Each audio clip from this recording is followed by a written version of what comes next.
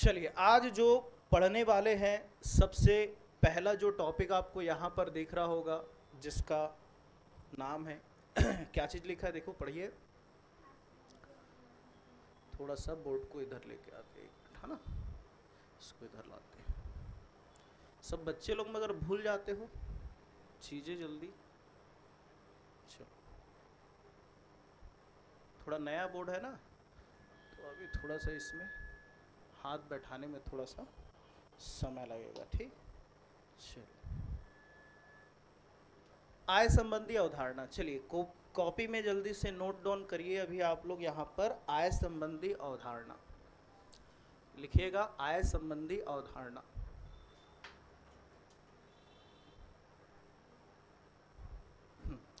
Concept related to income, English में बोला जाएगा concept related to income. Concept related to income थोड़ा सा पहले पढ़ेंगे, फिर उस चीज़ों को भी हम जानेंगे। हाँ, लिख लीजिए, हेडिंग लिख लीजिए आप लोग, आय संबंधी अवधारणा। अलग अलग विद्वानों ने अलग अलग प्रकार के कॉन्सेप्ट को यहाँ पर दिया है, जिसको हम यहाँ पर क्या कर रहे हैं, वेरीफाई कर रहे हैं, एनालिसिस कर रहे हैं, उसका विश्लेषण कर रहे हैं कि किस किस विद्वान ने या अलग अलग जो विद्वान हुए अकाउंटेंसी के क्षेत्र में, उन्होंने अलग अलग कॉन्सेप्ट प्रोवाइड किया है, जिसके अंतर्गत आज जो हम पढ़ रहे हैं आय संबंधी अवधारणा। यानी आय का मतलब ही क्या हो रहा है, इनकम। इंग्लिश में क्या बोलते हैं, इनकम बोलते हैं ना। इनकम से रिलेटेड क्या यहाँ पर कॉन्सेप्ट है।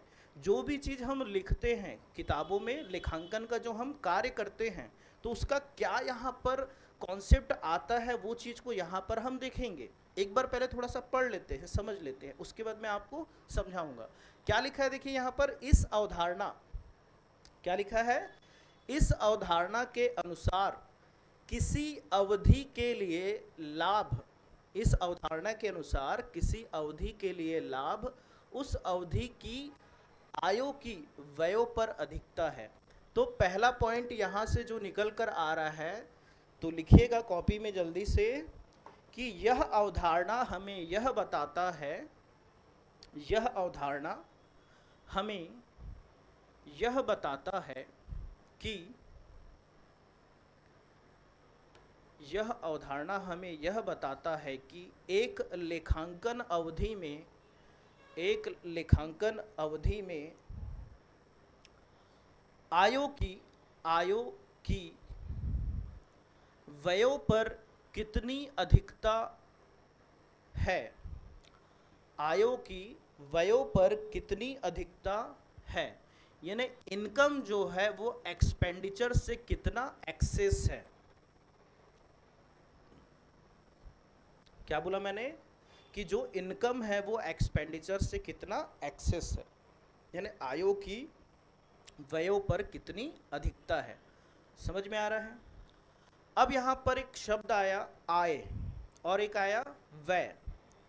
हम कितना कमाते हैं, हम साल भर में जितना भी कमाते हैं वह क्या कहलाएगा, आय। हम साल भर में जितना भी खर्च करते हैं वो क्या कहलाएगा, व्यय। तो आय हमने कितना कमाया और साल भर में हमने कितना खर्च किया, इन दोनों का जो अंतर है, इन दोनों का जो अंतर है, वही चीज़ यहाँ पर डिफाइन किया गया है इस कॉन्सेप्ट में। अगर हम साल भर बिजनेस कर रहे हैं, मतलब साल भर हमने कुछ आय कमाया होगा, साल भर हमने कुछ व्यय किया होगा, तो इन दोनों का कौन किस पे आधिक्य है, किसका किस पे आधिक्य है।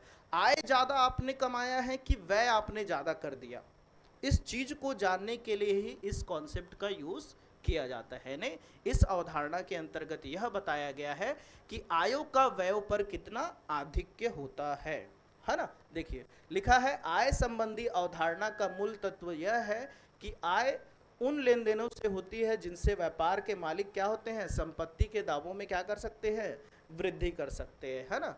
यानी जो भी एसेट्स में वृद्धि हो रहा है या आपके इनकम में वृद्धि हो रहा है, उसी को क्या कर सकते हैं, दावा कर सकते हैं। आय एवं व्ययों के मिलान पर ध्यान देना आवश्यक है। अब यहाँ पर आपको ध्यान रखना है कि आय में किस किस चीज को शामिल करेंगे। तो लिखिएगा, आय के अंतर्गत, आय के अंतर्गत, आय के अंतर्गत वर्ष में प्राप्त आय, वर्ष में प्राप्त आय एवं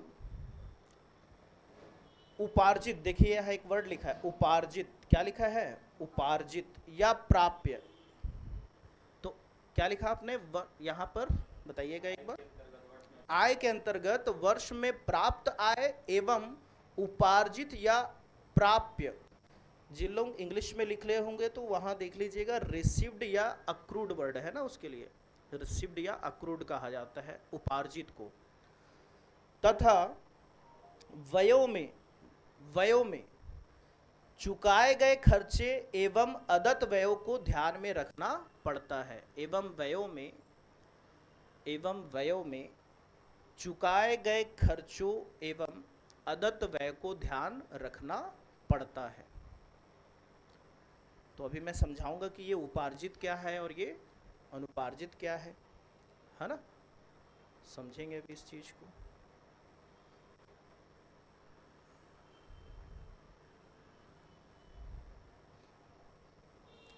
हुआ, लिख लिया आपने यहाँ तक। अब इसको समझते थोड़ा सा और, जो चीज़ हमने लिखा है इस कॉन्सेप्ट को। आय का व्यय पर आधिक्य जो हम निकाल रहे हैं यहाँ पर, आय का व्यय पर जो आधिक्य निकाल रहे हैं, आय के अंतर्गत किसको किसको शामिल करना है, केवल नगद व्यवहारों को ऐसा नहीं कि आप शामिल कर लिए, यानी साल भर में हमने कितना नगद कमाया और कितना नगद भुगतान किया, इसके अंतर से नहीं है, इन दोनों के अंतर से नहीं है, ध्यान रखिएगा। आय का मतलब होता है जो चीज हमें नगद भी मिल जाए और जो हमें मिलने वाला हो। यहां पर जो वर्ड लिखा है बेटा उपार्जित या प्राप्य, उपार्जित या प्राप्य का मतलब होता है, अक्रूड का मतलब होता है यहाँ पर कि ऐसा चीज या ऐसा व्यवहार जो जनरेट हो चुका है, यानी व्यवहारिक रूप से वो हो चुका है, मगर उसका पैसा जो है वो अभी हमको मिला नहीं है, मिलने वाला है। उपार्जित का मतलब या प्राप्य का मतलब होता है जो पैसा हमको मिलने वाला है। कई बार होता है ना कि सौदा हमने कर लिया, एक जन ने हमको ऑर्डर दिया कि सर मेरे को इतने का माल चाहिए, मैंने बोला ठीक है साहब मैं आपका ऑर्डर क्या कर ले रहा हूँ, रिसीव कर ले रहा हूँ, ठीक है। अब जो भी पैसा है वो मेरे को क्या होने वाला है, मिलने वाला। अगर पैसा मेरे को अभी नहीं आया तुरंत, तो पैसा मेरे को मालूम है कि वह बोला है या मेरे को बोला है कि 2 महीने के बाद मैं आपका पैसा क्या करने वाला हूँ, पेमेंट करने वाला हूँ, यानी जो चीज़ मेरे को मिलने वाला है। तो जो भी चीज़ मेरे को मिलने वाला है और जो मिल गया है, दोनों का योग कहलाता है आय। समझ रहे हो, यानी आय या इनकम में हमको वो दोनों चीज़ को लेना है, जो चीज़ हमें नगद में भी प्राप्त हो गया हो और जो चीज़ हमें मिलने वाला हो, और जो चीज़ हमें मिलने वाला हो और जो इस वर्ष से, यानी जिस फाइनेंशियल ईयर में आप काम कर रहे हैं उससे संबंधित होना चाहिए, ठीक है। जिस फाइनेंशियल ईयर में आप काम कर रहे हैं उससे संबंधित होना चाहिए।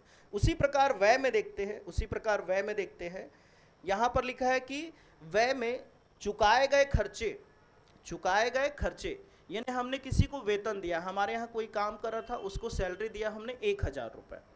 अचानक से ध्यान में आता है कि अरे यार उसको 1000 नहीं 1500 रुपये देना था, यानी 500 रुपये उसको देना बचा हुआ है बाकी, जिसको हम क्या बोलते हैं, देना बाकी या अदत या आउटस्टैंडिंग बोलते हैं। यानी हमने उसको केवल 1000 दे दिया, मगर हमको बाद में पता चला कि यार उसको 500 रुपये और देना था। तो कहने का मतलब जो इस वर्ष से ही संबंधित हो, इस साल मेरे को उसको 1500 देना था, मगर मैंने केवल कितना दिया है, 1000 दिया है। तो नगद में जो दिया और जो हमको देना है वो दोनों चीज मिलाकर ही एक्सपेंसेस या एक्सपेंडिचर होता है, ध्यान रखिएगा। यानी एक्सपेंडिचर में आपको जो एक्सपेंस करे हैं रियल में, एक्चुअल में, वो भी लेना है, प्लस उसमें आउटस्टैंडिंग को भी शामिल करना है, यानी अदत को भी लेना है। उसी प्रकार आय में आपको जो आय हमको नगद में प्राप्त हुआ है वो भी लेना है, और साथ ही साथ हमको जो मिलने वाला है आय जो इस साल से संबंधित है उसे भी लेना है, ठीक है।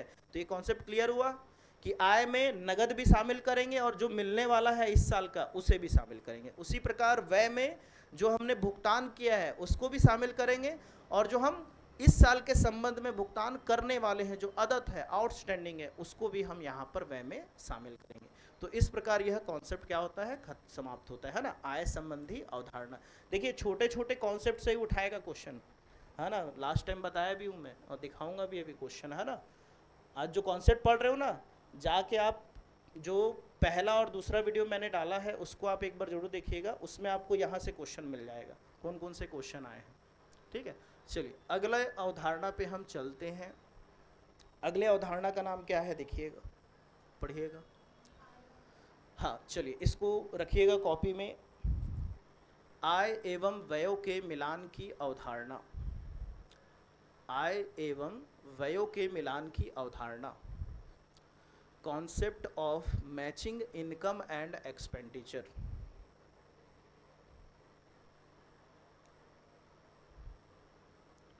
ठीक,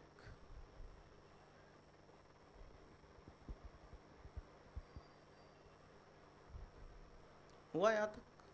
लिखा है ठीक आपने? अब जो चीज़ आपने पढ़ा था अभी, आय इनकम कैसे हो रहा है समझ गए। इनकम में किसको शामिल करना है, जो नगद मिल रहा है और जो मिलने वाला है।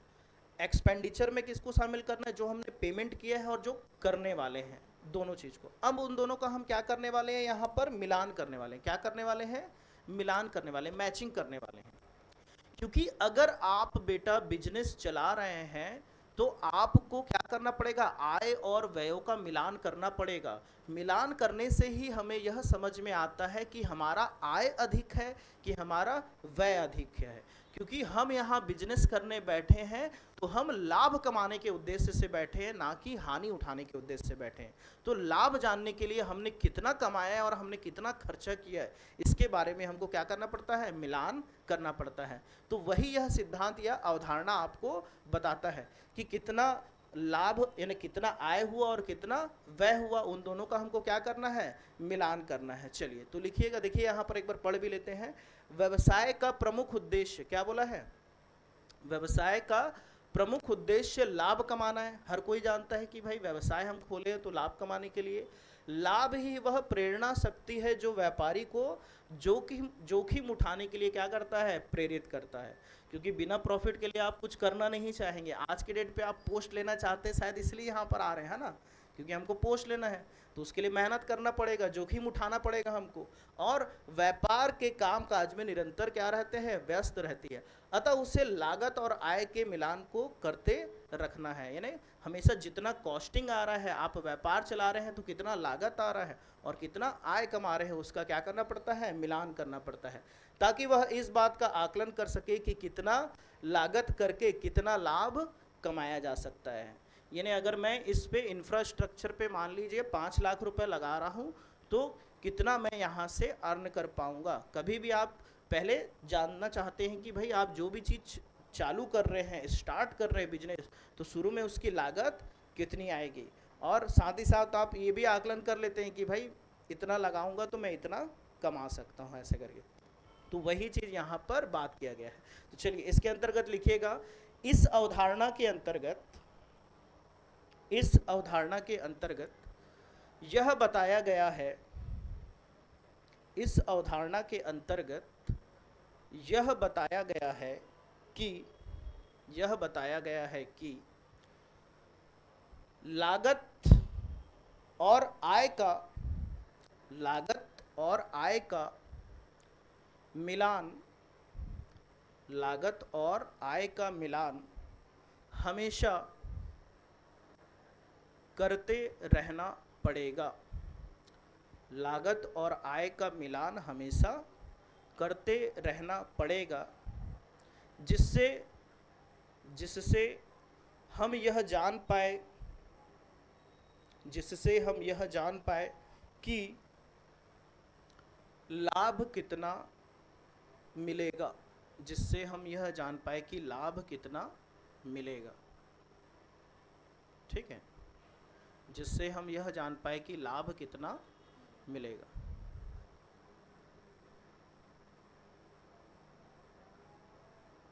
चलो समझ में आया। सेकंड कॉन्सेप्ट, पहला कॉन्सेप्ट हमने क्या पढ़ा था,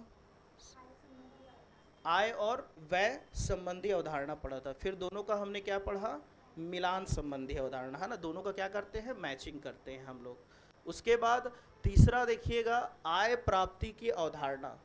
तीसरा क्या है, आय प्राप्ति की अवधारणा। यहाँ पर चलिए आय प्राप्ति की अवधारणा में आते हैं और देखते हैं क्या बोल रहा है। आय प्राप्ति की अवधारणा है, तो रखिएगा जल्दी से हेडिंग आप लोग, आय प्राप्ति की अवधारणा। एक मिनट ना, ये कहाँ गया यार, हाँ चलो। आय प्राप्ति की अवधारणा, कॉन्सेप्ट ऑफ इनकम जनरेशन। लिखिएगा आय प्राप्ति की अवधारणा, आय प्राप्ति की अवधारणा, आय प्राप्ति की अवधारणा। चलिए, हुआ, हेडिंग रखें। अब देखिए, कभी कभी नाम पूछ देता है कि इस अवधारणा को और किस नाम से जाना जाता है। ठीक है, कभी कभी क्वेश्चन आएगा कि इस अवधारणा को और किस नाम से जाना जाता है। जैसे भारतीय लेखा प्रणाली जो पढ़ते हैं उसको और किस नाम से जानते हैं, किसी को पता है क्लास में? दोहरा लेखा प्रणाली तो पढ़ते हो जिसको हम डबल एंट्री सिस्टम बोलते हैं, मगर भारतीय लेखा प्रणाली को किस नाम से जाना जाता है, किसी को पता है क्लास में? महाजनी पद्धति कहा जाता है उसको, महाजन लेखा प्रणाली भी कहा जाता है ना, ध्यान रखिएगा। तो अभी मैं वो भी पढ़ाऊंगा आपको, टेंशन नहीं लेना है, क्वेश्चन कहीं से भी जनरेट हो जाएगा। ठीक है, तो अब देखिए यहाँ पर जो महत्वपूर्ण जो वर्ड है इस सिद्धांत के अंतर्गत, आय प्राप्ति की अवधारणा को क्या लिखा है? आय प्राप्ति की अवधारणा को, आय प्राप्ति की अवधारणा को आगम मान्यता सिद्धांत भी कहा जाता है। ये आपका बहुत इंपॉर्टेंट पॉइंट होता है इस वाले टॉपिक में, तो जल्दी से इसको लिखिएगा। आय प्राप्ति की अवधारणा को और किस नाम से जानते हैं? आगम मान्यता सिद्धांत, रेवेन्यू रिकॉग्निशन प्रिंसिपल के नाम से जाना जाता है। तो पूछ सकता है कि भाई आय प्राप्त की अवधारणा को और किस नाम से जाना जाता है? व्यष्टि अर्थशास्त्र को किस नाम से जानते हैं? अन्य कौन सा सिद्धांत बोलते हैं? ये लिख लीजिए। आय प्राप्ति की अवधारणा को आगम मान्यता सिद्धांत, है ना, क्या चीज? आगम मान्यता सिद्धांत, रिवेन्यू रिकॉग्निशन प्रिंसिपल कहा जाता है। आगम, आगम का मतलब ही क्या हो रहा है? पैसा आना, जो आपके व्यापार में इनकम आएगा उसी को आगम बोला जा रहा है। अब थोड़ा सा और पढ़ लेते हैं।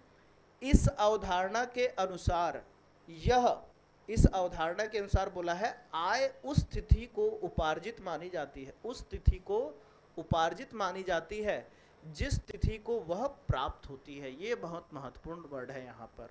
यानी आय का जो आगम है आप उसी तारीख को मानोगे जिस तारीख को आपने ट्रांजैक्शन किया। यानी 10 तारीख को विजय को 20,000 का माल बेचा, कितने तारीख को बेच रहे हैं? 10 तारीख को। यानी जिस दिन उसका उपार्जन हुआ, यानी जब भी आप, जरूरी नहीं कि आप 10 तारीख को ही अपने कॉपी में एंट्री कर रहे हैं, आप 15 तारीख को लिखे, आप 20 तारीख को लिखे, आप अगले महीना लिखे, मगर उस जो ट्रांजैक्शन जो हुआ वो कितने तारीख को हुआ? 10 तारीख को हुआ। तो आप जब कॉपी में जब भी मेंशन करेंगे तो वही 10 तारीख को आपको क्या करना पड़ेगा? मेंशन करना पड़ेगा। यानी यह अवधारणा हमको यह बताता है कि आय उस तिथि को उपार्जित मानी जाती है जिस तिथि को वो क्या होती है? प्राप्त होती है ना, जिस भी तिथि को वो क्या हुआ है?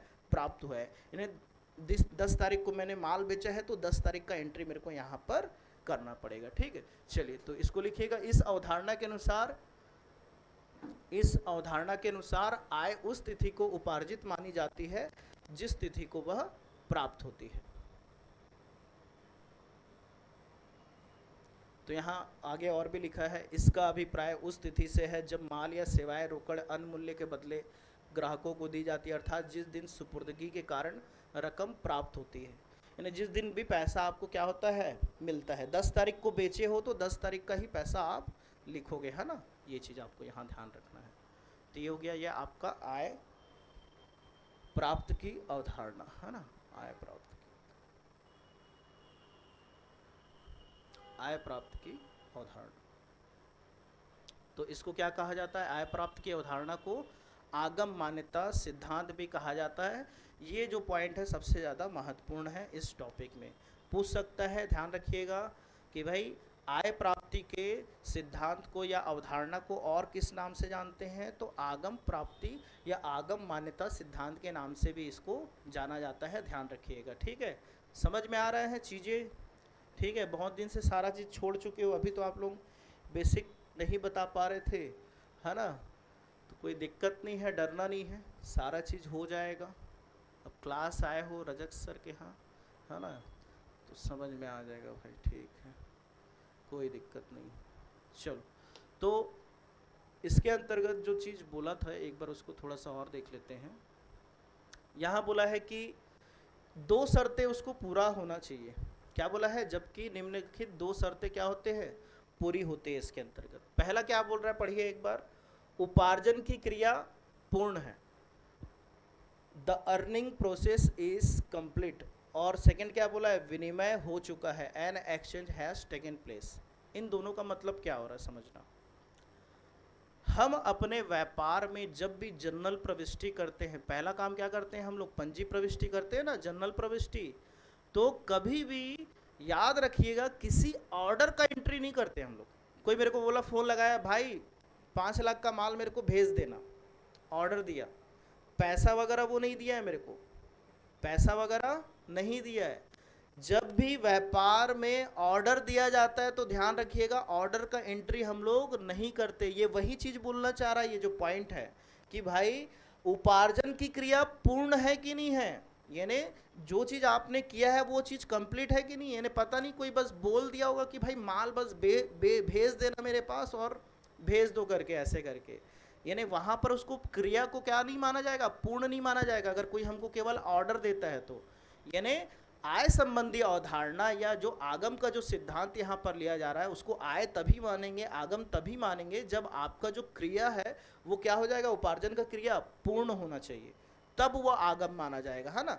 अगर किसी ने बस बोल दिया कि मैं आपको 5 लाख दूंगा, दिया नहीं है अभी तक, तो हमारा आय कैसे हो गया? तो इसलिए उपार्जन की क्रिया क्या होनी चाहिए? पूर्ण होनी चाहिए, ध्यान में रखिएगा, है ना। जो प्रोसेस है वो आपका कंप्लीट होना चाहिए। अर्निंग प्रोसेस क्या होना चाहिए? कंप्लीट होना चाहिए भाई, अधूरा नहीं रहना चाहिए। कोई ऑर्डर दे के बस ना छोड़ दिया हो। और क्या बोल रहा है? विनिमय हो चुका हो, यानी एक्सचेंज होना चाहिए, एक्सचेंज हो जाना चाहिए। यानी आपने उसको वस्तु दे दिया हो और उसने आपको क्या दे दिया हो? पैसा दे दिया हो। विनिमय का मतलब या एक्सचेंज का मतलब वही है यहाँ पर, है ना, कि आपने उसको वस्तु दे दिया होगा और उसने आपको पैसा दे दिया होगा। तो दोनों चीज का होना अत्यंत महत्वपूर्ण है। किसमें? आगम। कोई भी चीज आगम तब कहलाएगा जब उसका उपार्जन क्रिया पूरा हो जाएगा और वह विनिमय हो चुका हो। इस चीज को ध्यान रखिएगा। तो इस दो चीज को आप ध्यान रख लीजिए कि आगम के लिए दो शर्तें महत्वपूर्ण हैं। लिख लीजिएगा, आगम के लिए दो शर्तें महत्वपूर्ण हैं। आगम के लिए दो शर्तें महत्वपूर्ण हैं। पहला है ये उपार्जन की क्रिया पूरा हो और दूसरा है विनिमय हो चुका हो, विनिमय हो चुका हो। यानी कोई ऑर्डर देके बस छोड़ ना दिया हो कि भाई मेरे को इतने का माल भेज देना, मैं तेरे को पैसा दे दूंगा, तो इसको हम लोग कोई भी व्यवहार नहीं मानेंगे। जब तक हमारे यहाँ से माल वहाँ नहीं चले जाता और वहाँ से पैसा हमारे पास नहीं आ जाता, तब तक इसको हम अपना व्यापार का व्यवहार नहीं मानेंगे, ठीक है। वह केवल एक ऑर्डर रहेगा। और हमेशा याद रखिएगा कि ऑर्डर का एंट्री हमको कभी भी नहीं करना है ना। ये चीज़ ध्यान रखिएगा आप लोग कि ऑर्डर का एंट्री नहीं किया जाता है। जिसको ऑर्डर को क्या बोलते हैं? आदेश बोलते हैं ना। जैसे यहाँ पर लिखा है, देखो वही चीज़, सामान्यतः आय का उपार्जन उस समय नहीं माना जाएगा जबकि उत्पादन हुआ है या जिस समय आदेश प्राप्त हुआ है। खाली उत्पादन कर दिए, प्रोडक्शन कर दिए, या उसको किसी ने आदेश दे दिया कि भाई भेज देना, विक्रय हुआ है क्या? अभी तक नहीं हुआ है। तो विक्रय नहीं हुआ है मतलब आपको यहाँ पर उस चीज़ को क्या नहीं मानना है? आय का आगम का सिद्धांत उसको नहीं माना जाएगा, ध्यान रखना है, ठीक है। चलिए अगला कॉन्सेप्ट में आते हैं। लिखिएगा, जांच योग्य लिखित प्रमाण की अवधारणा।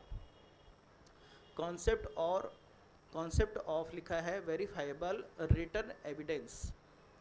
यानी कुछ भी चीज़ आप कर रहे हैं तो उसका रिटर्न में क्या होना चाहिए? एविडेंस होना चाहिए आपके पास।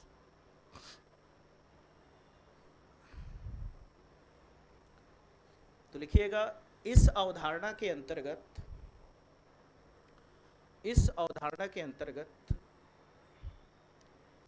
यह बताता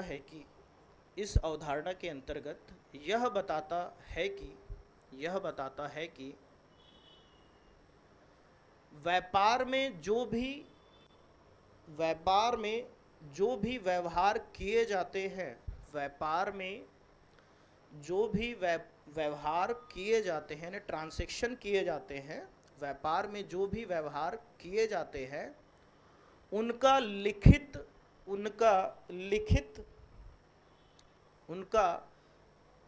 लिखित प्रमाण पत्र होना अत्यंत आवश्यक है, अत्यंत आवश्यक है।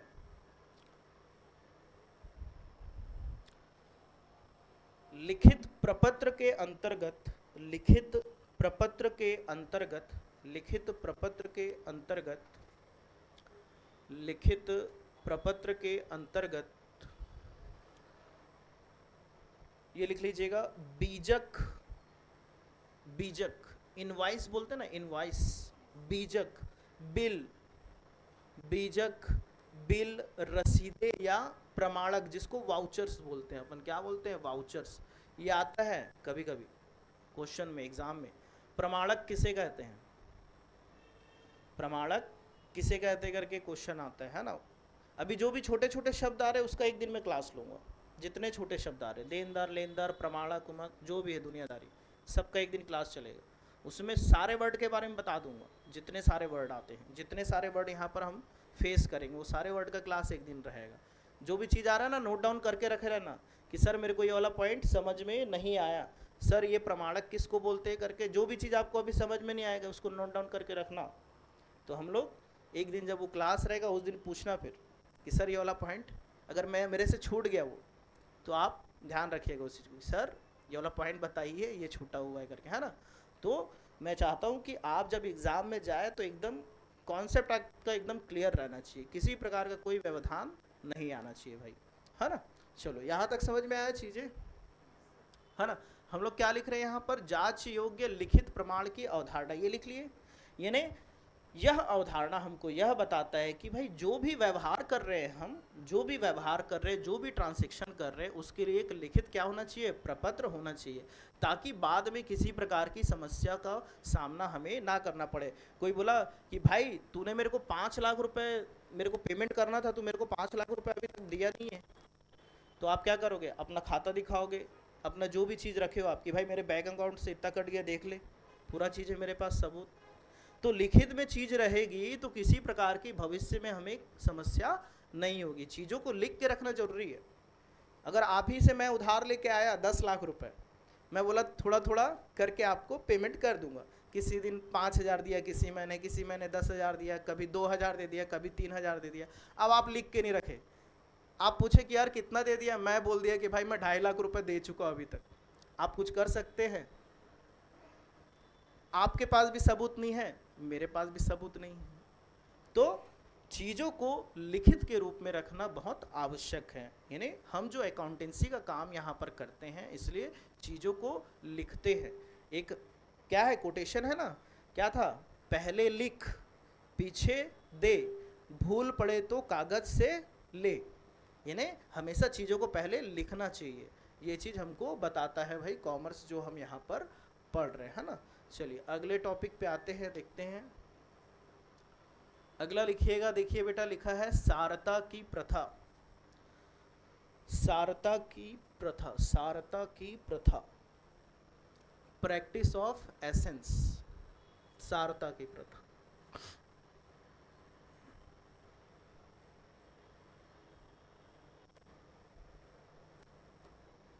तो इसका पहला लाइन जो है, तो इसका जो पहला लाइन है बेटा, यही बहुत महत्वपूर्ण है ना। देखिएगा, ये वही है प्रथा। अच्छा, ये प्रथा में आ गए क्या अपन? एक मिनट, अवधारणा जो है, अवधारणा वाला टॉपिक, एक मिनट, है ना, ये थोड़ा सा अपन आगे आ गए हैं। एक मिनट ना, इधर देख लेते हैं अपन। ये लेखांकन अवधि वाला हो गया था अवधारणा, हाँ। अच्छा, अब ये जो अवधारणा जितने थे, कॉन्सेप्ट जो दिया था, वो कॉन्सेप्ट क्या हो गया है, खत्म हो गया है। अब कॉन्सेप्ट के बाद जो अगला जो हाँ पढ़ने वाले हम लोग, वो पढ़ने वाले हैं प्रथाएं। जो अकाउंटिंग प्रैक्टिस है ये पढ़ने वाले हैं हम लोग। क्या पढ़ने वाले हैं? प्रैक्टिस। तो बहुत सारे अवधारणाएं जो मैंने 2 क्लास में करा दिया था, तो वो आप वीडियो के माध्यम से देख सकते हैं, और आज जितने हुए वो। और अब अगला जो टॉपिक है वो आएगा आपका प्रथाएं, अकाउंटिंग प्रैक्टिस। लिखिएगा अकाउंटिंग प्रैक्टिस, है ना, अकाउंटिंग प्रैक्टिस।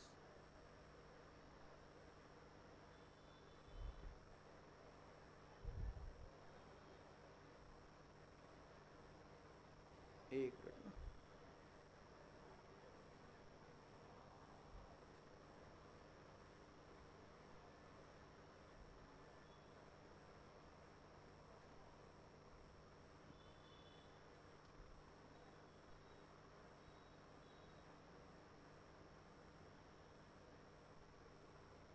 अभी नया बोर्ड है ना, तो ये अलग तरह से चल रहा है।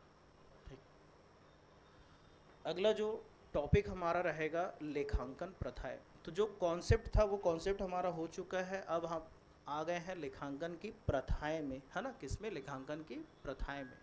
कि प्रथाएं क्या क्या है यहाँ पर, इसके बारे में थोड़ा सा देख लेते हैं, पढ़ लेते हैं। तो इसका अर्थ क्या है? लेखांकन प्रथाएं लेखांकन सिद्धांतों की आधारशिला है। लेखांकन की जो प्रथाएं हैं या जो प्रैक्टिस है, यानी हम जो भी चीज़ का प्रैक्टिस करते हैं, प्रथाएं जो है, तो वो सिद्धांतों की क्या है? आधारशिला है।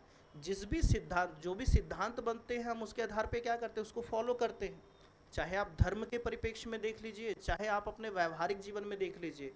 माता पिता हमें सिखाते ना कि बेटा ये करना है, ये नहीं करना है, ऐसा करना है, यानी जो नियम कानून उन्होंने बताया होगा या बनाया होगा, उसी के आधार पे आपकी परवरिश हुई है, और वही संस्कार जाके आपको बाद में मिलता है, जिसको हम संस्कार के नाम से जानते हैं। वही चीज़ यहाँ पर बताया जा रहा है कि अकाउंटेंसी में जो सिद्धांत या नियम जो बनाए गए थे, उसी के आधार पे हम क्या करते हैं? प्रैक्टिस करते हैं। प्रथाएं, यानी उसी को प्रैक्टिस का नाम दिया गया है, और उसी का क्या है? ये आधारशिला है। सिद्धांतों का क्या है? आधारशिला। जो सिद्धांत बनाए हैं माता पिता ने, उसके आधार पे जब हम चलते हैं या उसके आधार पे हम अनुसरण करते हैं, तो वही क्या है? उसकी आधारशिला है ना। यही चीज़ बताना चाह रहा है। तो लेखांकन प्रथाएं लेखांकन सिद्धांतों की क्या है? आधारशिला है। लेखांकन विधि के व्यावहारिक प्रयोग में, व्यावहारिक प्रयोग यानी एक्चुअल में जो हम व्यवहार करते हैं, यानी लेखांकन की जो भी प्रोसेस है उसको हम एक्चुअल में जो प्रोसीड करते हैं, हम उसको व्यवहारिक जीवन में लाते हैं। तो लेखांकन प्रथाओं का महत्वपूर्ण स्थान है उसमें। लेखांकन प्रथाओं का या प्रैक्टिस का क्या है? महत्वपूर्ण स्थान है। लेखांकन प्रथाओं का आशय, अब देखो यहाँ से, उन परंपराओं अथवा परिपाटियों से होता है जो कि लेखांकन विवरणों को तैयार करने में क्या करता है? पथ प्रदर्शित करती है। तो यहाँ से लिखिएगा इसके बारे में आप कि लेखांकन, लिखिए, चलिए मैं लिखा रहा हूँ, लिखिएगा, मैं लिखा रहा हूँ। लेखांकन प्रथाओं से आशय, लेखांकन प्रथाओं से आशय, लेखांकन प्रथाओं से आशय उन परंपराओं अथवा परिपाटियों से होता है, उन परंपराओं अथवा परिपाटियों से होता है, परिपाटियों से होता है, जो कि लेखांकन विवरणों को, जो कि लेखांकन विवरणों को तैयार करने में, जो कि लेखांकन विवरणों को तैयार करने में पथ प्रदर्शन करती है, पथ प्रदर्शन करती है। ठीक है। तो जो भी हम लेखांकन के संबंध में एंट्री करने वाले हैं, यानी हम पहले जो जर्नल प्रविष्टि करते हैं, फिर खाता बनाते हैं, फिर तलपट बनाते हैं, फिर व्यापार लाभ हानि खाता बनाते हैं, और फिर चिट्ठा बनाते हैं, तो कुछ नियम या सिद्धांत के आधार पे ही बनाते हैं। तो यहाँ पर लेखांकन प्रथाएं या प्रैक्टिस का मतलब वो ये कि वो उसको क्या कर रहा है? आधारशिला प्रदान कर रहा है, यानी उसका क्या है? आधारशिला है, जो नियम और कानून है। तो जो भी लेखांकन की प्रथाओं से आशय है कि उन परंपराओं और परिपाटियों से होता है जो लेखांकन विवरणों को तैयार करने में क्या करती है? पथ प्रदर्शन का काम करती है। यानी जिसके आधार पे हम क्या करते हैं? व्यापार लाभ हानि खाता, जो भी चीज़ आप बना रहे हो, उसको जो क्या कर रहा है? आधारशिला प्रदान कर रहा है, उसी को क्या बोला जा रहा है? लेखांकन की प्रथाएं बोला जा रहा है, उसी को लेखांकन की प्रथाएं बोला जा रहा है। अब इसके अंतर्गत सबसे पहला जो चीज़ आपको पढ़ना है यहाँ पर, एक रूपता की प्रथा। हेडिंग डालिएगा, एक रूपता की प्रथा। तो कॉन्सेप्ट खत्म हो चुका है, अब प्रथाएं में आ गए हम लोग, है ना। अब एक रूपता की प्रथा,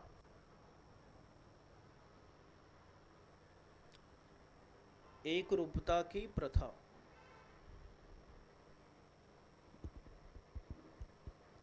तो लिखिएगा इसके अंतर्गत यह निष्कर्ष निकाला जाता है कि, इसके अंतर्गत यह निष्कर्ष निकाला जाता है कि व्यापारिक सौदों को लेखा करने के लिए, व्यापारिक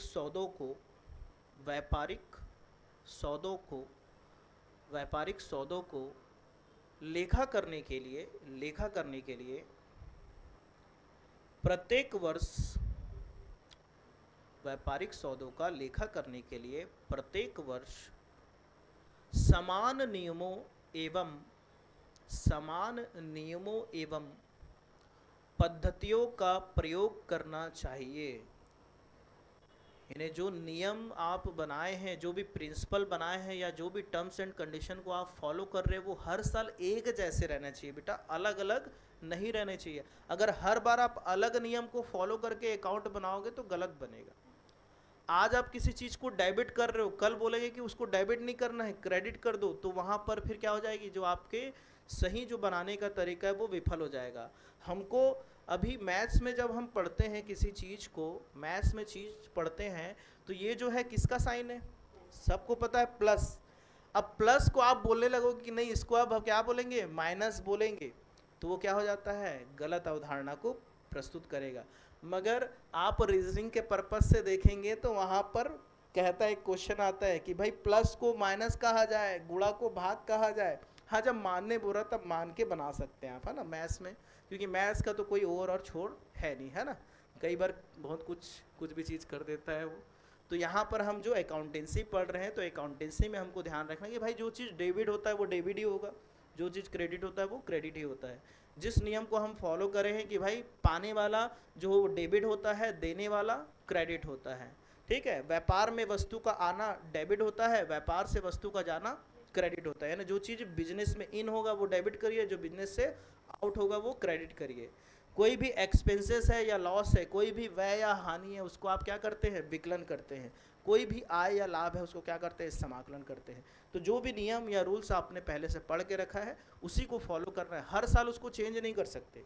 तो यह प्रथा या ये प्रैक्टिस हमको क्या बताता है, एक रूपता की प्रथा क्या बताता है कि जो भी आप व्यापारिक सौदों को लेखा करने के लिए नियम या कानून बनाए हैं या जो भी सिद्धांत बनाए हैं वो प्रतिवर्ष क्या होना चाहिए, एक समान होना चाहिए। समझ में आया कि एक रूपता की प्रथा क्या बताता है कि प्रतिवर्ष क्या होना चाहिए, एक ही होना चाहिए जो भी नियम और सिद्धांत बनाए गए हैं। क्लियर हुआ ये वाला? चलो इसके बाद अगला जो टॉपिक है, यहाँ से क्वेश्चन आया ना, ये इंपॉर्टेंट लिख लोगे, 2023 के पेपर में इससे क्वेश्चन आया है, रूढ़िवादिता की प्रथा, प्रैक्टिस ऑफ कंजर्वेटिज्म। चलो इसको आप ले लीजिए भाई, इसमें से क्वेश्चन आया हुआ है, इसको पहले लिख लो फिर अपन देखेंगे।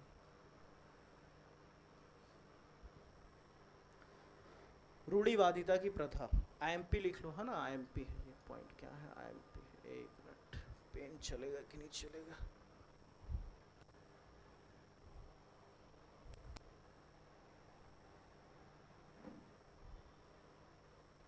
तो ये क्या है आपका, अरे इसमें सेलेक्ट करने का थोड़ा सा ऑप्शन वो ऊपर नीचे हो जाएगा।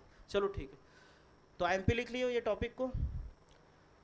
कौन सा लाइन आया है, कोई देखा है, वीडियो देखा है कोई कि नहीं देखा है? फर्स्ट लाइन ये जो लिखा देखो, रूढ़िवादिता की प्रथा के अनुसार ये जो लाभों की उम्मीद ना करे परंतु सभी संभावित हानियों की व्यवस्था करे, ये एज इट इज उठा के एग्जाम में दे दिया कि लाभों की उम्मीद ना करे परंतु सभी संभावित हानियों की क्या करे, व्यवस्था करे। यह कौन से सिद्धांत को बताता है करके प्रश्न आया है। अब उसमें अलग अलग सिद्धांतों का नाम दे दिया, आय का सिद्धांत है कि रूढ़िवादी सिद्धांत है कि आधुनिक सिद्धांत है या कौन सा सिद्धांत है। इसलिए हमको बेसिक चीज़ को क्या करना पड़ेगा, पढ़ना है, इसलिए महत्वपूर्ण है ना, इसलिए बार बार मैं पढ़ा रहा हूँ। थोड़ा सा बोर लगेगा क्लास कि अरे क्या पढ़ा रहे हो सर, वही सब चीज़, और वही चीज़ से क्या हो रहा है, क्वेश्चन निकाला जा रहा है। क्योंकि जब आप बच्चों को पढ़ाने जाएंगे तो चीज़ें आपको क्या होनी चाहिए, पूरे क्लियर होने चाहिए। हर एक व्यक्ति चाहता है कि मैं बेहतर से बेहतर विकल्प को अपनाऊं। आप भी अपने जीवन में अगर अपना घर बनाना चाहेंगे तो एक बेहतर कॉन्ट्रैक्टर को खोजेंगे जो आपका घर बहुत अच्छे से बना के दे, या कोई भी चीज़ आप अपने यहाँ कराना चाहेंगे, किसी घर का फर्नीचर लगवाना है या कुछ बनवाना है, तो आप बेहतर विकल्प का ही तलाश करेंगे। उसी प्रकार एक जो प्रोसीजर होता है, जिस भी पोस्ट के लिए आप मेहनत करते हैं तो वहाँ से भी चीज़ों को क्या किया जाता है, नहीं खंगाला जाता है, जितने विद्यार्थी उसमें से खंगाला जाता है, छाना जाता है, बेहतर से बेहतर व्यक्ति को लाने का प्रयास किया जाता है। तो आपका ज्ञान भी उस लेवल का होना चाहिए, है ना। तो चीज़ें हमेशा, जैसे हम बोलते हैं प्रबंध के बारे में क्या कोटेशन है कि प्रबंध जो है, मैनेजमेंट जो है वो एक जन्मजात और क्या है, अर्जित प्रतिभा है। जरूरी नहीं कि मैनेजमेंट का काम आदमी बचपन पैदा हुआ है तो पेट से सीख के आया हो, वो उस चीज़ को अर्न भी कर सकता है, कमा भी सकता है। हम लोग पहले कॉमर्स वगैरह पढ़े हैं क्या? नहीं, मगर कॉमर्स हमारे सभी जीवन में क्या है, व्याप्त है, हर जगह है कॉमर्स। आज के समय में बिना कॉमर्स के तो कुछ भी संभव नहीं है। चाहे आप स्पेस में चले जाइए, आप जहाँ भी चले जाइए, पहला जो शब्द बोलते हैं ना अर्थ, जैसे अर्थ बोलते हैं ना, अर्थ, अर्थ का तात्पर्य किससे है, धन। और अर्थशास्त्र किसको बोलते हैं, अर्थशास्त्र। अर्थशास्त्र दो शब्दों से मिलकर बना होता है, अभी पढ़ना है आप लोगों को, इकोनॉमिक्स भी पढ़ना है ना, वो भी है सिलेबस में। तो अर्थशास्त्र जो है वह दो शब्दों से मिलकर बना होता है, अर्थ और शास्त्र से, जिसमें अर्थ का तात्पर्य होता है धन से और शास्त्र का तात्पर्य होता है विज्ञान से। इस प्रकार धन के विज्ञान को ही क्या कहा जाता है, अर्थशास्त्र कहा जाता है। और किस विद्वान ने अर्थशास्त्र को धन का विज्ञान कहा है, किसी को याद है? Adam Smith. वेरी गुड यार, एडम स्मिथ पूछता है। और कौन सी किताब है जिसमें उन्होंने इसे धन का विज्ञान कहा, ये बताइए। चलिए उनके किताब का नाम बताइए, किताब का नाम भी पूछ सकता है ना कि एडम स्मिथ ने कौन से किताब में अर्थशास्त्र को धन का विज्ञान कहा है, बताइए। Wealth of nation. गुड यार, बढ़िया। मेरे को लग रहा था नहीं पढ़े हो, पढ़े हो, याद है, कुछ तो याद है, बढ़िया। तो ऐसी आपको चीज़ें क्या होनी चाहिए, याद रहनी चाहिए कि भाई वेल्थ ऑफ नेशन में एडम स्मिथ ने बोला था कि अर्थशास्त्र जो है वो धन का विज्ञान है। तो रूल्स रेगुलेशन को लेके चलेंगे। चलिए अभी आते फिलहाल यहाँ, तो यहाँ से महत्वपूर्ण लिखिएगा यही जो चीज़ है, रूढ़िवादिता की प्रथा के अनुसार लाभों की उम्मीद ना करे परंतु सभी संभावित हानियों की व्यवस्था करे। जल्दी से लिखिए, ये तो एज इट इज उठा के पटक दिया था ना एग्जाम में, तो अब भूलना मत कि जब बोला जाए कि लाभों की उम्मीद मत करो, तुम लाभों की उम्मीद मत करो परंतु सभी संभावित हानियों की क्या करो, व्यवस्था करके रखे रहो। अगर आप बिजनेस खोले हो तो डरो मत भाई, बिजनेस खोले हो तो डरो मत कि लाभ मिलेगा, लाभ मिलेगा, मिलेगा ना, लाभ की उम्मीद मत करो। बोलते ना कर्म करते रहो, फल की इच्छा मत करो, वही कह रहा है ये जो रूढ़िवादिता सिद्धांत है कि अपना कर्म करते रहिए, आप फल की इच्छा मत करिए। हाँ, मगर जो हानि होने वाला है उसका व्यवस्था बना के चलिए आप, क्योंकि शुरू में जब बिजनेस स्टार्ट करते हैं तो शुरू में ही आपको प्रॉफिट नहीं मिल जाता है, शुरू में इन्वेस्टमेंट करना पड़ता है, कई चीज़ लॉसेस से उठाने पड़ते हैं, फिर धीरे धीरे चलकर चीज़ें बैलेंस होती है ना, चीज़ें धीरे धीरे चल के बैलेंस होती है। समझ में आया? यह प्रथा लागत अवधारणा में संशोधन का हिमायती है। लागत अवधारणा के अनुसार सामग्री का मूल्यांकन लागत पर होना चाहिए। यहाँ तक हमेशा जो लागत सिद्धांत हम पढ़े थे लास्ट टाइम, लागत सिद्धांत हमेशा क्या बोलता है कि जो भी चीज़ आप खरीद के लाते हैं व्यापार में, यानी किसी संपत्ति को आप खरीद के लाते हैं तो उसका जो मूल्यांकन है वो किस पे करना चाहिए, लागत मूल्य पे करना चाहिए। लागत सिद्धांत हमेशा यही बोलता है कि जो भी चीज़ आप खरीद रहे हैं बिजनेस के लिए तो वो उसके जो एंट्री करोगे आप तो उसके लागत मूल्य से ही उसका एंट्री करना चाहिए।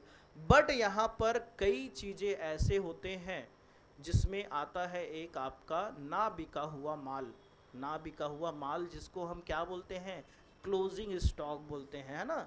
जो वर्ष के अंत में बिना बिका हुआ माल हमारे पास रह जाता है जिसको हम नहीं बेच पाते। इस साल गए हम मार्केट गए, 50,000 का सामान खरीद के लाए कि इसको बेचेंगे, मगर उसमें से केवल हमने कितना बेच पाया, 40,000।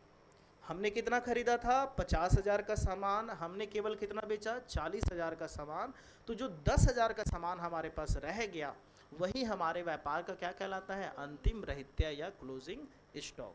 और हमेशा ये ध्यान रखना है, मैं आपको व्यापार लाभ हानि खाता सब बताऊंगा, जिस वस्तु को बेचा नहीं जाता है, जिस वस्तु को बेचा नहीं जाता है उस पर कभी भी लाभ हानि ज्ञात नहीं किया जाता है।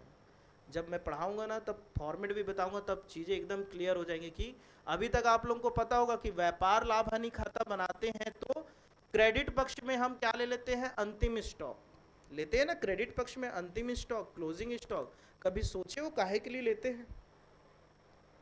किसी के दिमाग में है, कोई जवाब दे सकता है कि क्यों लेते हैं सर वहां पर क्लोजिंग स्टॉक को? नहीं, ऐसा कोई रीज़न नहीं है नेक्स्ट ईयर का। हाँ ठीक है, नेक्स्ट ईयर काम आएगा, मगर वहाँ क्रेडिट में ही क्यों ले रहे हो, क्रेडिट में ही क्यों लिख रहे हैं? कोई रीज़न है पर्टिकुलर?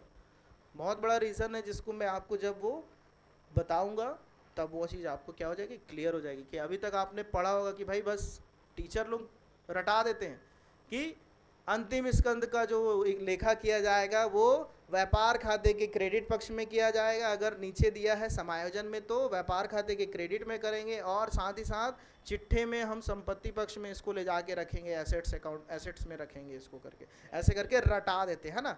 जब एडजस्टमेंट में दिया रहता है क्लोजिंग स्टॉक तो रटा दिया जाता है कि एडजस्टमेंट में दिए हुए क्लोजिंग स्टॉक को आप ट्रेडिंग अकाउंट के क्रेडिट में भी रखेंगे और साथ ही साथ बैलेंस शीट के एसेट्स साइड में भी ले जाके वहाँ पर आप रखेंगे, ऐसे करके रटा दिया जाता है। क्यों रखते हैं, किस लिए रखते हैं, इसके बारे में बहुत कम ही टीचर जो है आपको बताते हैं कि उसके पीछे रीज़न क्या रहता है। तो मेरा पूरा प्रयास रहेगा कि आपको एकदम बेसिक चीज़ समझा देना, है ना, उसके बाद आप भूलोगे नहीं, दिमाग से कभी जाएगा नहीं, है ना। चलो ठीक है, अब इसमें से और जो महत्वपूर्ण जो चीज़ है जो आपके एग्ज़ाम में आ सकता है वो ध्यान रखिएगा। ये अक्सर आता है ना, ये 2017 का भी अकाउंटेंट का पेपर हुआ था, उसमें से ये क्वेश्चन एज इट इज़ उठ के आ गया था। क्या चीज़? कि अंतिम रहत्य का जो मूल्यांकन है, ये जो पॉइंट दिया है देखिए दिख रहा होगा आपको, ध्यान में रखना है कि जो अंतिम रहत्य का मूल्यांकन है क्रय मूल्य और बाजार मूल्य जो दोनों में कम हो उस पर किया जाता है। इसको आप लिख लीजिए एक जगह नोट करके, हाँ नोट करके एक जगह लिखे क्लोजिंग स्टॉक, है ना, क्लोजिंग स्टॉक। तो क्लोजिंग स्टॉक का जो वैल्यूएशन हम करते हैं या जो उसका एंट्री करते हैं हम, जो उसको ध्यान में रखना है वो परचेस प्राइस और जो मार्केट प्राइस रहता है विच एवर इज लेस, जो दोनों में कम रहता है उसके आधार पे करते हैं एंट्री, ताकि व्यापार के स्वामी को कोई क्षति ना हो। ये भी वर्ड जब वो खाता बताऊंगा ना तब समझ में आएगा कि सर ऐसा क्यों कर रहे हैं, किस लिए कर रहे हैं। देखिए बता दे रहा हूँ, अंतिम रहत्य का मूल्यांकन क्या बोला है क्वेश्चन में, क्रय मूल्य या बाजार मूल्य में जो दोनों में क्या रहेगा, कम रहेगा, उस पर आपको करना है। हमेशा ऐसा ही करना पड़ता है ताकि व्यापार के स्वामी को हानि ना हो। अब यहाँ पर मैं जैसे क्वेश्चन किया हीरो ने कि सर दोनों क्या चीज़ होता है, क्रय मूल्य क्या है और बाजार मूल्य क्या है। क्रय मूल्य वह मूल्य होता है जिसमें वास्तव में हम खरीद के लाते हैं। जैसे आपके पास में आया कि भाई साहब मेरे को 50 शर्ट चाहिए, 50 पैंट चाहिए, नया नया दुकान खोला हूँ, अभी मेरा नया नया दुकान है तो मैं ज़्यादा स्टॉक नहीं ले जा रहा हूँ, कुछ ही स्टॉक मेरे को चाहिए, 50 शर्ट दे दो, 50 पैंट दे दो। तो आपने बताया कि भाई एक शर्ट का कीमत इतना है, एक पैंट का कीमत इतना है, इतना आपको पड़ेगा। तो शुरू में जो हमने जिस मूल्य पर आपको क्या किया, खरीदा उस सामान को और भुगतान किया, वो कहलाएगा क्रय मूल्य। अब होता है बाजार मूल्य। हमेशा जरूरी नहीं है कि एक वस्तु का कीमत अगर कल के डेट पे 50 रुपये था या 100 रुपये था तो वह वस्तु आज भी आपको उसी मूल्य पर मिले। आज उसके मूल्य में या तो कमी भी हो सकती है या तो वृद्धि भी हो सकती है, दोनों हो सकता है। तो जो बढ़ा हुआ मूल्य है या घटा हुआ मूल्य है जो वर्तमान समय में मार्केट या बाजार के आधार पे है, उसे ही बाजार मूल्य कहा जाता है। ठीक है, दोनों में अंतर यही है। क्रय मूल्य का मतलब वास्तव में हमने जितना भुगतान किया, और बाजार मूल्य का मतलब आज जो कीमत है उसकी, वर्तमान समय में जो कीमत चल रहा है, ठीक है, उसे क्या कहा जाता है, बाजार मूल्य कहा जाता है।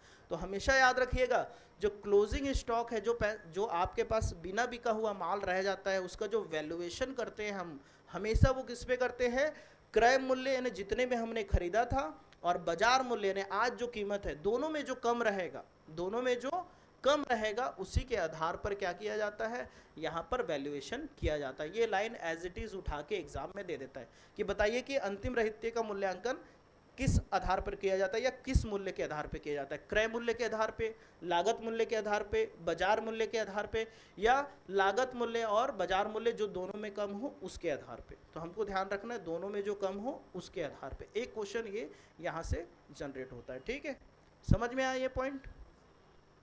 तो रूढ़िवादिता के अनुसार आपको ध्यान रखना है कि ये हमेशा बोलता है कि कर्म करते रहो, फल की इच्छा मत करो। यानी आप हमेशा ये मत सोचो कि बिजनेस स्टार्ट करो तो शुरू से ही मैं लाभ कमा लूँगा। भाई थोड़ा पेशेंस रखो, थोड़ा पेशेंस रखो। अगर शुरू में जो हानि होगा उसको सहने की क्षमता रखो अपने अंदर, थोड़ा जोखिम सहने की क्या रखो, क्षमता रखो, तभी जाके आप बाद में क्या कर पाओगे, बहुत अधिक लाभ कमा पाओगे यहाँ पर, है ना। चलो आते हैं इसके आगे, थोड़ा सा बढ़ते हैं। अब ये रूढ़िवादिता जो परंपरा है, इसके अंतर्गत किन किन ट्रांजैक्शन को हम यहाँ ले सकते हैं, तो इसको भी थोड़ा सा लिख लीजिएगा, क्या पता पॉइंट उठा के दे दे कि रूढ़िवादिता के अंतर्गत, रूढ़िवादिता सिद्धांत के अंतर्गत किन किन मदों को शामिल कर सकते हैं या किसे शामिल नहीं कर सकते करके ऐसा आपको दे सकता है। तो इसको मैं इंग्लिश में भी लिख देता हूँ, इधर जो इंग्लिश मीडियम वाले हैं।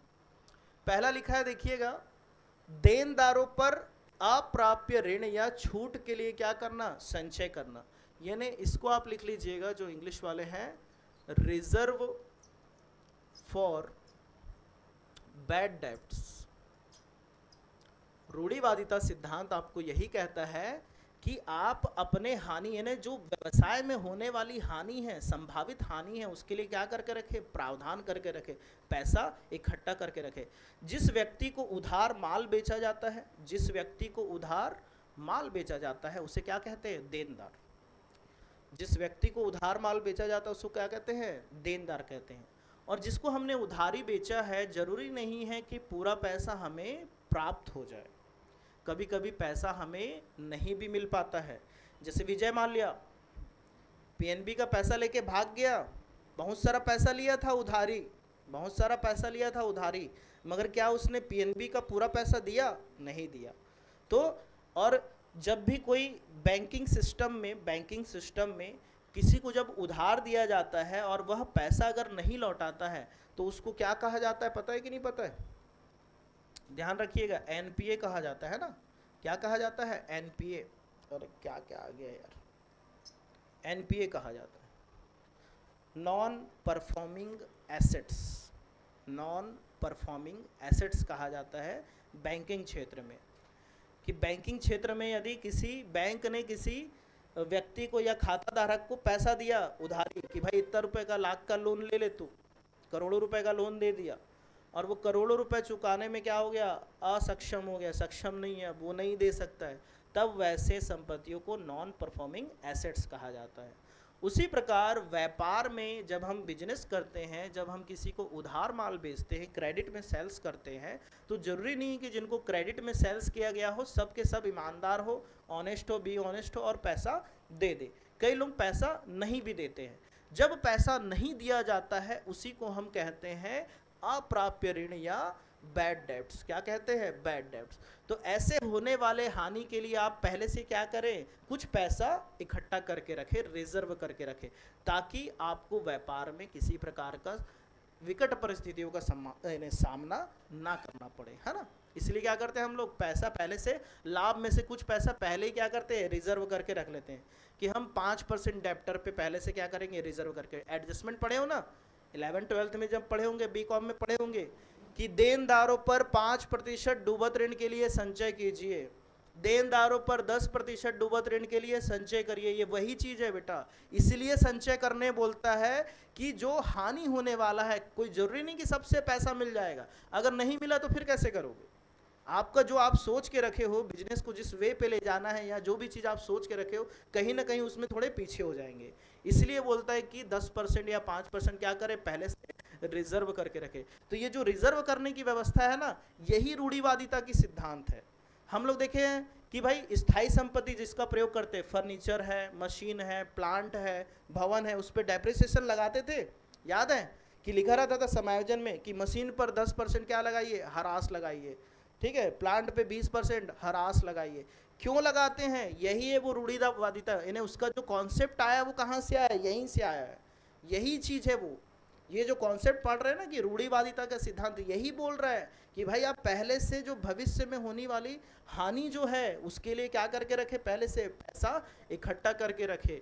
तो ये भी आपको ध्यान में रखना है कि किसकी व्यवस्था की जाती है इसके अंतर्गत, ह्रास की व्यवस्था की जाती है। और ध्यान रखिएगा, अंतिम रहत्य का मूल्यांकन जो बाजार मूल्य और लागत मूल्य दोनों से कम हो, इसके आधार पर किया जाता है। इस पॉइंट को तो हम लिख चुके हैं। और क्या है, विनियोग के मूल्य में होने वाले उच्चावचनों के लिए भी क्या किए जाते हैं, प्रावधान। समझ में आ रहा है ये वाला पॉइंट? नहीं आ रहा तो पूछिए जल्दी से। विनियोग को क्या बोलते हैं इंग्लिश में? इन्वेस्टमेंट, है ना। तो जो इंग्लिश मीडियम वाले हैं वो देख लो भाई, विनियोग को बोला जाता है इन्वेस्टमेंट।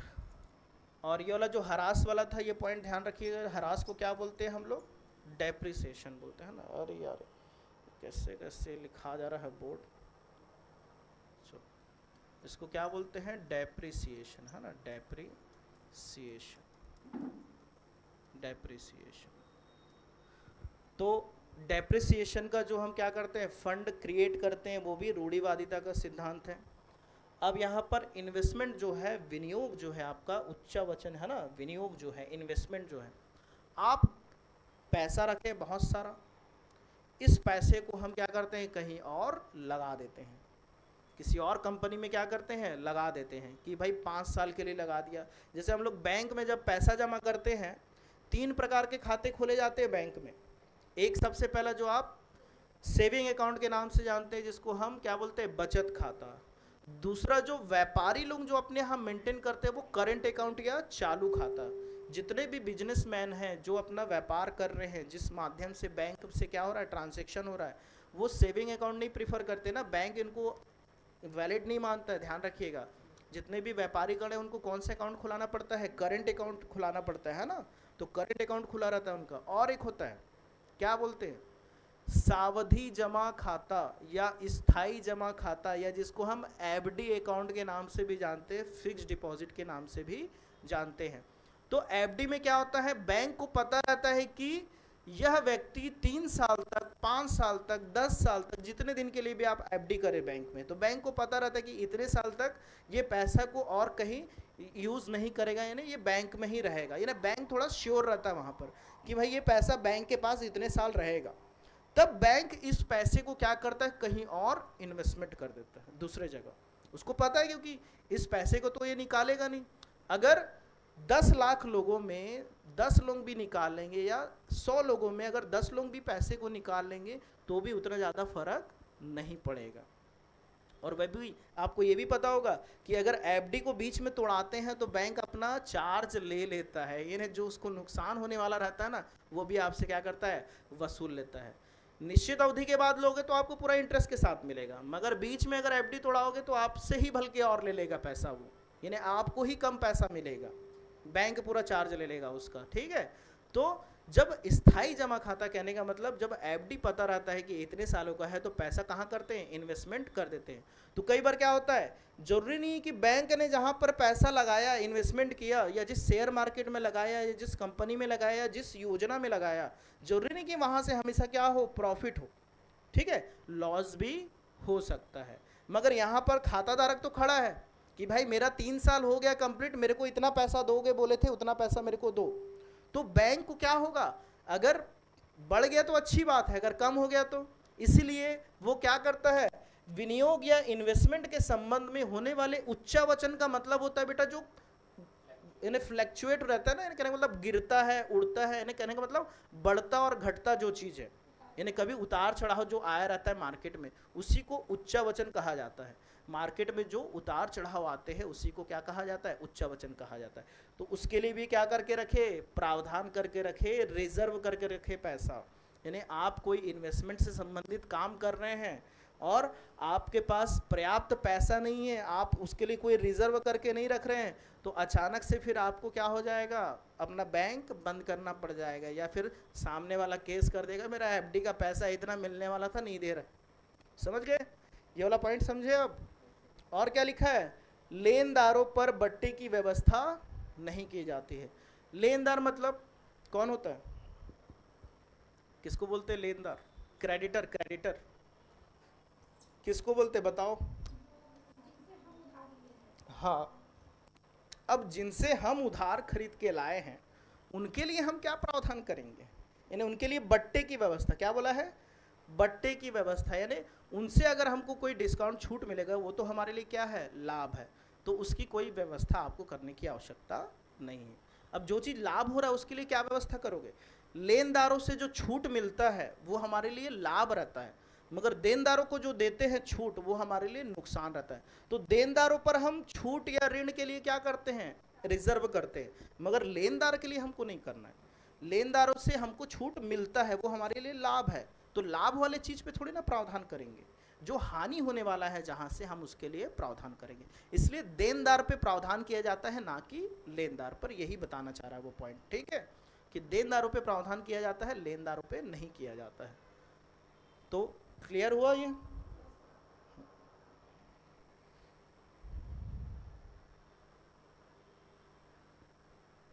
तो लिख लीजिए इसको, थोड़ा सा रुका हुआ हूं मैं।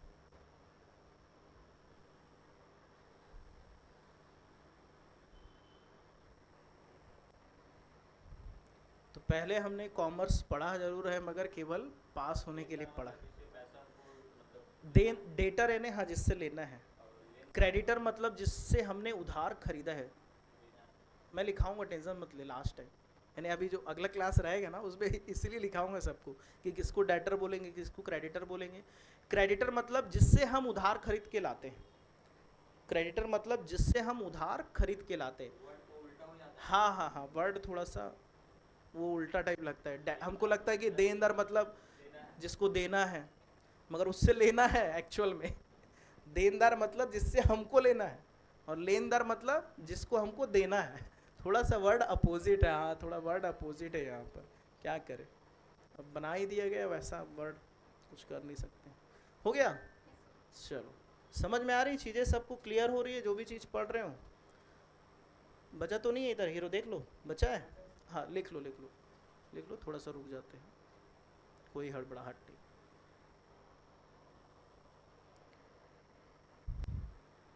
तो पहले ये सारा चीज आप करे हो, देनदार पे डूबत 10% निकाले हो, 5% निकाले हो, हराज भी लगाए हो, मगर क्यों लगाए, किस लिए लगाए, या किस सिद्धांत के या किस अवधारणा के आधार पे लगाया जा रहा था, ये चीज हम नहीं पढ़े थे। तो ध्यान रखिएगा कौन से सिद्धांत है, रूढ़िवादिता सिद्धांत जो है, अवधारणा या सिद्धांत यहाँ पर जो है प्रथा, उसी के आधार पे यहाँ पर लगाया जा रहा है। चलो हो गया ना, ठीक, लिखते हैं आगे। तो ज़्यादा नहीं बचा है, ये ख़त्म हो जाएगा विधि का, एक मिनट देख लेते हैं, फिर उसके बाद कल पूंजीगत और आयगत के बारे में डिस्कशन कर लेंगे। लास्ट ये बचा है, इसके बारे में पढ़ लेते हैं। चलिए, और तो नहीं है ना इधर कुछ? चाहिए सारता की प्रथा, और क्या है, विविध विधि। चलो ये पहले पढ़ लेते हैं, सारता की प्रथा। लिखिएगा जल्दी से, सारता की प्रथा, सारता की प्रथा, सारता। तो यहाँ पर प्रैक्टिस ऑफ एसेंस, सारता की प्रथा।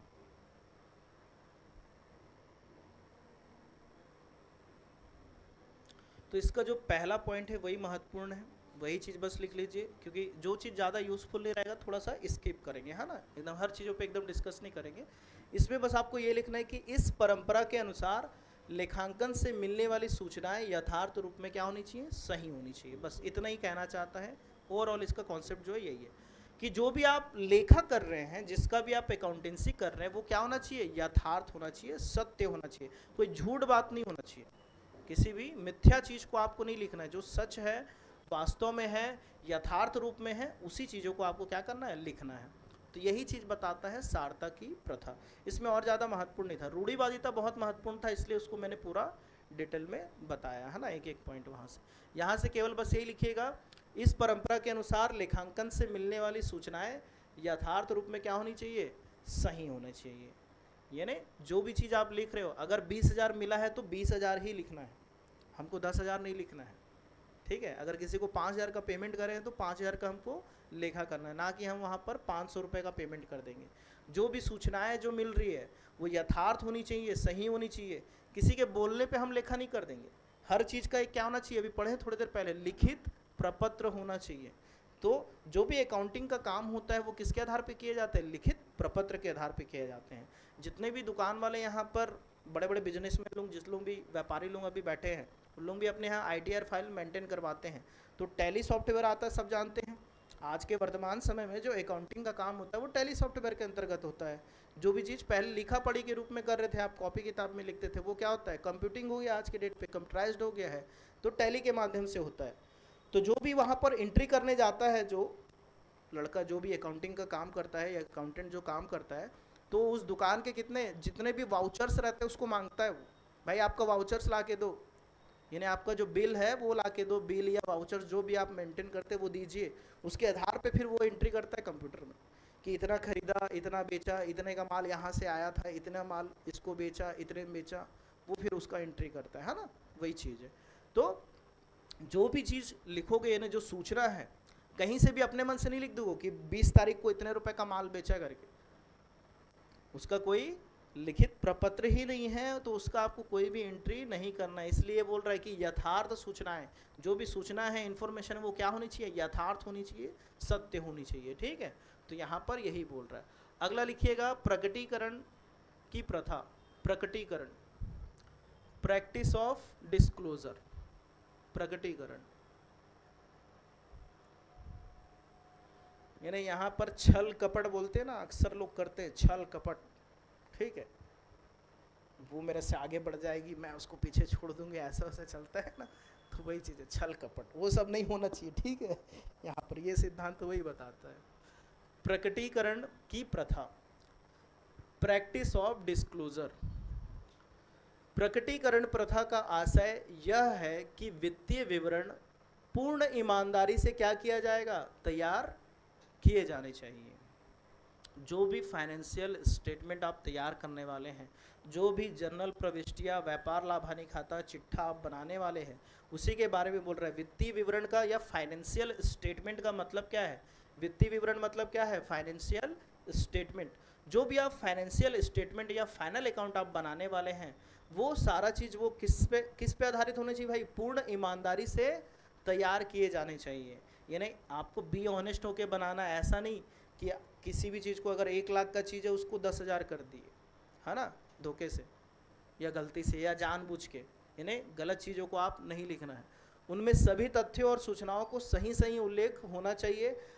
अब जो कंपनी अधिनियम है, ये पुराना कंपनी अधिनियम है, नया कंपनी अधिनियम क्या है, किसी को याद है? हाँ, तो ये पुराना हो गया ना, इसको मत लिखिएगा।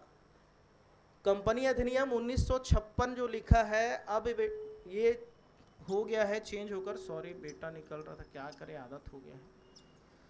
कंपनी अधिनियम कितना हो गया है? 13। तो आपको ध्यान रखना है, कंपनी अधिनियम 2013, ये क्या क्या हो जा रहा है यार?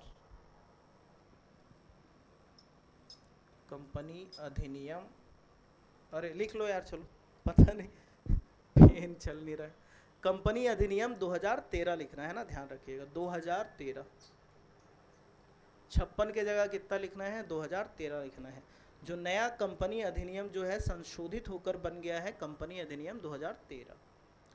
वर्तमान समय में कंपनी के संबंध में जितने भी प्रकार के नियम कानून वगैरह जो रहते हैं, रूल्स रेगुलेशन बनते हैं, वो कंपनी अधिनियम 2013 के अंतर्गत बनते हैं। जैसे हमारा संविधान है ना, संविधान का अनुच्छेद 14 क्या बोलता है?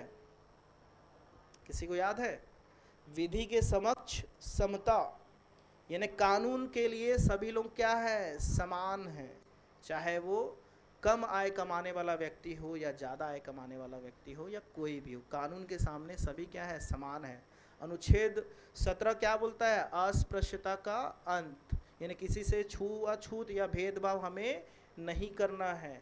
तो हम मानव जीवन को सही रूप में चलाने के लिए या सुचारू रूप से चलाने के लिए कुछ नियम कानून जो बनाए गए हैं, संविधान बनाया गया है, उसी प्रकार कंपनी के संबंध में जो सुचारू रूप से कंपनी को क्या कर पाए? संचालित कर पाए, कोई भी अलग अपने अधिकारों से हटकर काम ना करे, इसके लिए कुछ नियम कानून जो बनाए गए हैं, उसी को आपको ध्यान रखना है। कंपनी अधिनियम 2013, अभी वर्तमान में क्या चल रहा है? कंपनी अधिनियम 2013, ध्यान रखिएगा। क्वेश्चन आ सकता है एग्जाम में कि वर्तमान समय में कौन सा कंपनी अधिनियम चल रहा है, 1978, 76, 56, 2013। तो वर्ष 2013 जो है आपको वो राइट आंसर रहेगा। ठीक है, तो इसके अंतर्गत लिखा आपने कि नहीं लिखे हो, लिख लो जल्दी से कि प्रकटीकरण की प्रथा का आशय क्या है। वित्तीय विवरण जो है पूर्ण ईमानदारी से क्या होना चाहिए, तैयार किए जाने चाहिए और उसमें सभी तथ्यों और सूचनाओं का सही सही उल्लेख किया जाना चाहिए। और कंपनी अधिनियम 2013 के अधिनियमों, इसको थोड़ा सा छोटा करता हूँ। हाँ, तो यहाँ पर आपको ध्यान रखना है कि कंपनी अधिनियम 2013 के कंपनी लेखों में आवश्यक तथ्यों के प्रकटीकरण हेतु व्यवस्थाएं की गई है ना। तो जो भी नियम कानून बना है कौन से अधिनियम में बना है, कंपनी अधिनियम 2013 में। ठीक, तो क्लास इतना ही करें आज कि और पढ़ना चाहेंगे? एक टॉपिक बस बचा है, एक सिद्धांत बस और बचा है, उसको कर लेते हैं। तो कल से हम फिर थोड़ा सा नया चीज़ पढ़ लेंगे, है ना, पूंजीगत और आयगत पढ़ लेंगे। तो ये समझ में आया प्रकटीकरण का सिद्धांत कि भाई जो भी चीज़ आप प्रकट कर रहे हैं, वित्तीय विवरण जो भी आप बना रहे हैं, फाइनेंशियल स्टेटमेंट बना रहे हैं, वो पूरे ईमानदारी के साथ आपको बनाना है, उसमें कोई भी आपको छल कपट नहीं करना है। चलो एक देख लेते हैं लास्ट जो बचा हुआ है, विधि अनुरूपता की प्रथा। थोड़ा सा इधर दिख रहा है, लिखिए तो हेडिंग डालिए सभी कोई। विधि अनुरूपता की प्रथा, विधि अनुरूपता की प्रथा, practice of legal conformity, practice of legal conformity.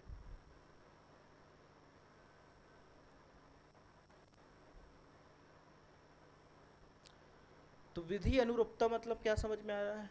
विधि यानी कानून, लॉ, जो भी कानून या नियम बनाया गया होगा उसी के अनुसार आपको काम करना पड़ेगा। उससे बाहर जाके काम करेंगे तो सजा के भागीदार होंगे आप, दंड दिया जाएगा आपको। वही चीज़ यहाँ लिखा है। इस प्रथा के अनुसार लेखांकन के लिए यह आवश्यक है कि किसी विधान द्वारा लगाए गए प्रतिबंधों का, अगर कानून के द्वारा कोई प्रतिबंध लगा दिया गया है कि इस काम को आपको नहीं करना है, तो उसको ना किया जाए, है ना, ध्यान में रखिएगा, उसका उल्लंघन ना किया जाए, बल्कि वे विधान के अनुरूप हो। यानी कई बार होता है ना कि समय के हिसाब से हम कुछ चीज़ों में बदलाव करते हैं या अमेंडमेंट करते हैं या संशोधन करते हैं। हमेशा संविधान में भी जैसा चला आ रहा है वैसा थोड़ी ना संशोधन करते हैं ना हम लोग। जैसे धारा 370 क्या किया गया, हटाया गया ना अभी वर्तमान में। पहले कोई भी यहाँ का व्यक्ति वहाँ पर किसी भी ज़मीन को खरीद या बेच नहीं सकता था, बहुत सारे चीज़ थे, मगर आज के समय में बिजनेस कर सकता है, इन्वेस्टमेंट कर सकता है, कश्मीर जा सकते हो बढ़िया से, है ना। तो वही चीज़ है यहाँ पर, वही चीज़ समझाने की कोशिश करो कि कानून के द्वारा अगर किसी चीज़ पे प्रतिबंध लगाया गया है तो उसका आपको उल्लंघन नहीं करना है, भले ही वो आपके कंपनी अधिनियम को क्या बोलता हो, फॉलो करता हो। कंपनी अधिनियम 2013 में लिखा है कि आपको ये चीज़ करना है या आप इस तरह से कर सकते हैं, मगर न्यायालय या हाई कोर्ट के द्वारा यह बोल दिया गया है कि भाई इस टाइप का काम अब नहीं करना है आपको, तो वहाँ पर उस चीज़ की क्या रहेगी, मनाही रहेगी। वही चीज़ यहाँ पर कहना चाह रहा है। इस प्रथा के अनुसार लेखांकन के लिए यह आवश्यक है कि किसी विधान द्वारा लगाए गए प्रतिबंधों का उल्लंघन ना किया जाए, बल्कि वे विधानों के अनुरूप, है ना, विधान के किस क्या होना चाहिए, अनुरूप होना चाहिए, उसके खिलाफ नहीं होना चाहिए। तो यहाँ तक लिख लीजिए, बस इतना ही है, इतना ही है।